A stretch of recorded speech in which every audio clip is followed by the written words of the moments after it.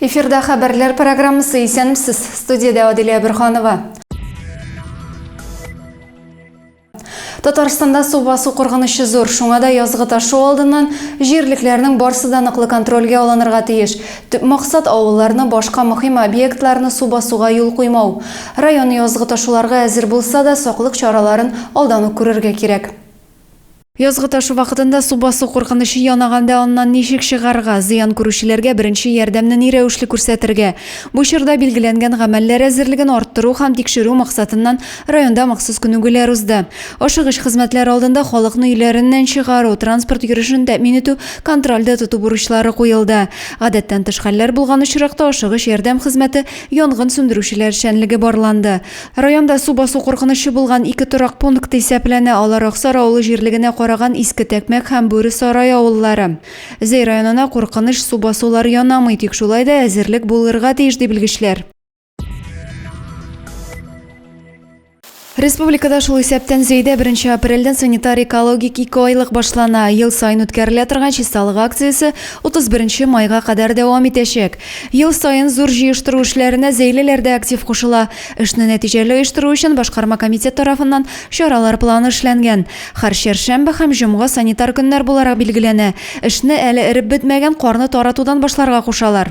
Территорияләр бүленеп, алар оешма предприятие учреждениеләргә беркетелгән. 2 айлык кысаларында урамнар, ишек алды биләмәләре, парк скверлар, юл кырыйлары, елга буйлары, гараж һәм бакча ширкәтләре җыештырылачак. Тиешсез урыннарда барлыкка килгән чүплекләр юк ителәчәк. 27 апрель шимбә көнне исә район күләмендә өмә узачак. Район сәламәтлек саклау учреждениеләрен капиталь төзекләндерү эше дәвам итә. Агымдагы елда йогышлы авырулар бүлеген яңарту каралган. Төзекләндерү эшләре кайсы этапта? Бу хакта тулырак киләсе сюжетта.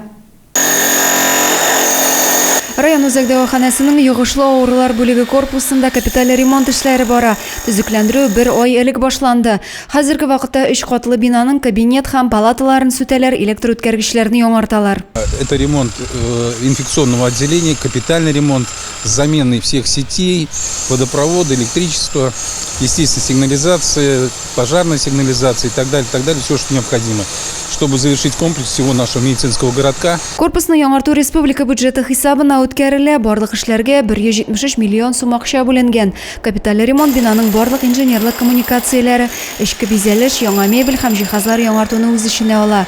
Йогышлы авырулар бүлеге 20 урынга исәпләнгән. Здесь в инфекционном отделении будут мельцевские боксы, то есть специально для пациентов с заразными инфекциями, чтобы они не контактировали друг с другом при лечебно-диагностических мероприятиях. Март айында башланган капиталь ремонт сентябрьгә төгәлләнү бурычы куелган. Ремонт вакытында йогышлы авырулар бүлеге пациентлары башка бинага күчерелде. Медицина ярдәме күрсәтү дәвам итә. Аделия Бирханова, Юлия Казамарова, Зәй хәбәрләре.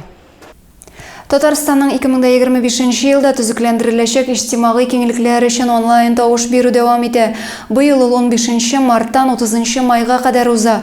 14 яшьтән узган һәркем махсус порталда тавыш бирә ала. Аларга волонтерлар ярдәм итә.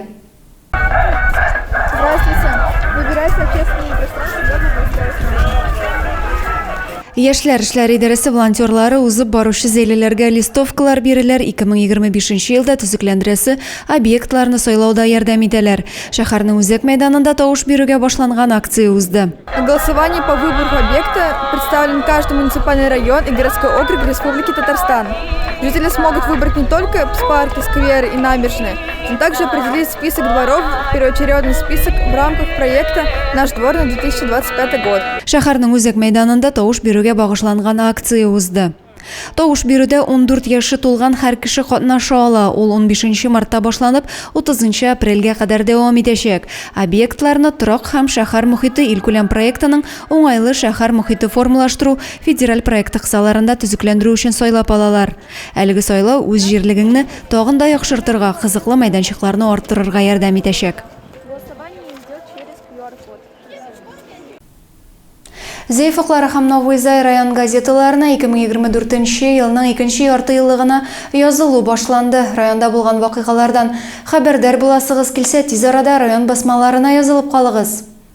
Район газеталарын укырга яратучылар өчен куанычлы хәбәр. Зәйеф уклары газетасына 2024 елның 2нче ярты еллыгына язылу башланды.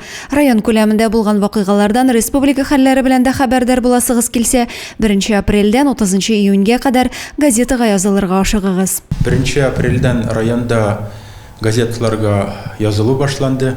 Барыгызны да Зәйеф уклары Новый Зай газеталарына язылырга чакырам. Газета битләрендә туган төбәк тормышы, аның кешеләре турында укып белергә мөмкин. Хезмәт алдынгылары кызыклы һәм катлаулы язмышлы геройлар белән танышырсыз. Алар барысы да газета битләрендә чагылыш таба. Без инде Зәйеф уклары газетасын яратып укучы дусларыбызның алга табада безнең белән калуларын сорыйбыз. Безнең инде бәяләр элеккечә калды, арту булмады. Шуңа күрә инде райондашларыбызны барысында Зәй яңалыклары белән танышырга, республика вакыйгалары белән хәбәрдар булып торырга һәм район кешеләре турындагы язмаларыбызны укырга чакырабыз. Рәхим итегез, язылыгыз. Исегезгә төшерәбез, газетага почта бүлегендә генә түгел, редакциягә килеп тә язылырга мөмкин. Бу күпкә арзанрак булачак. Язылу бәясе почта аша 906 сум 36 тиен, редакциядән алучылар өчен 550 сум. Шуның белән бүгенге хәбәрләр чыгарылышы тәмам. Мин сезнең белән сау булышам. Сау сәламәт булыгыз.